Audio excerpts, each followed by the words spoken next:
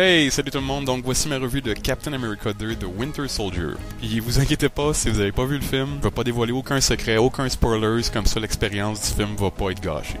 Fait que le film débute, on retrouve notre capitaine Steve Rogers, toujours à l'emploi de S.H.I.E.L.D. et Nick Fury, à faire des missions accompagnées de Black Widow. Puis j'avais vraiment hâte de voir le film parce que depuis Avengers, on a eu Iron Man 3, Thor 2 de Dark World. Puis les deux films, c'était des continuités de leur vie dans le fond. C'est Tony Stark qui doit retourner à sa vie après ce qui s'est passé à New York. Puis Thor, lui, il retourne à Asgard, puis on voit ce qui se passe avec Loki. Mais Captain America, lui, il peut pas retourner à sa vie, là. Sa vie est finie depuis plus de 60 ans. Fait que j'avais vraiment hâte de voir maintenant qu'il est dans le présent, puis qu'il est relativement seul, là, tu sais, il est pas avec les Avengers. Qu'est-ce qu'il va faire de sa vie? C'est aussi le premier film depuis les Avengers qui nous fait vraiment avancer dans l'histoire de l'univers là, cinématique de Marvel. Contrairement à Iron Man 3 et Thor 2 qui nous ont plus fait faire du surplace là, dans la continuité des films. On voit dès le départ que Nick Fury et Steve Rogers, ils dealent pas avec les situations de la même façon. Steve, il trouve que la liberté devrait pas passer par la peur.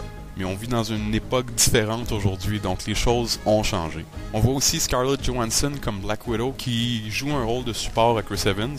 Personnellement, je l'aime pas comme actrice, je trouve qu'elle manque de talent, puis c'était pas très différent dans ce film-là. Par contre, son personnage, le Black Widow, était non seulement logique, mais crucial pour le film. Puis elle amène une touche d'humour ici et là dans le film, donc c'était très bien placé, fait que c'était bien apprécié. On voit aussi GSP, Georges Saint-Pierre, dans le rôle de Georges Batroc, une espèce de terroriste assassin. Je dois avouer que j'étais un peu déçu de ne pas l'avoir vu plus longtemps parce que j'ai vraiment aimé voir sa contribution. La chorégraphie de combat était vraiment très belle. Puis pour son premier film, ça avait bien de l'allure. Il y a aussi une addition au groupe. On a Anthony Mackie qui joue le rôle de Falcon, qui est un militaire, en fait, un ancien militaire. Ce qui est drôle, c'est qu'on peut voir Captain America s'attacher très vite à lui parce qu'il représente un peu son passé. On voit qu'il y a une amitié très solide qui va se faire entre ces deux-là. Puis les scènes dans lesquelles Falcon est sont très cool. Je pense qu'il n'y a pas un petit gars qui triperait pas. Si c'est pas le saut de Iron Man, je pense que tout le monde aimerait avoir ce saut-là. Il est très cool. Puis finalement, le Winter Soldier.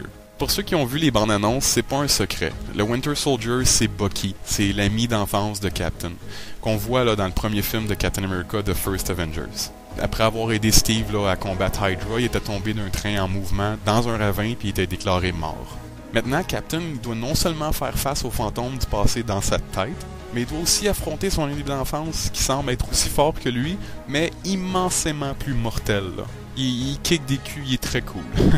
Pour ce qui est des pour et des contre, les pour, c'est le film de Marvel avec les meilleures scènes d'action, puis un des films avec les meilleures chorégraphies de combat que j'avais pas vu depuis longtemps. J'étais un fan de films de kung-fu, d'arts martiaux, tout ça. C'était vraiment très fluide, très bien exécuté. L'histoire est solide, elle se tient très bien, elle connecte puis elle fait référence à plein d'autres aspects de l'univers Marvel qu'on s'est habitué. Donc pour les fans des films de Marvel, vous allez juste triper là. Puis le Winter Soldier est juste simplement le plus badass des méchants que Marvel nous a amené à date au grand écran. Pour ce qui est de ce que j'ai pas aimé, je vois difficilement du négatif qui sort de ce film-là, à part peut-être que certains acteurs auraient pu monter d'un cran leur performance. Puis je dois avouer que parfois j'aurais aimé qu'on développe peut-être un peu plus sur certains personnages, mais je devine que dans les futurs films de Marvel, on va voir ça. Fait que mon impression finale, c'était un très bon film d'action avant d'être un film de super-héros. Les frères Rousseau, les réalisateurs, ont non seulement fait un film de qualité qui se tient avec d'excellentes scènes d'action, mais également une solide étape vers Avengers 2.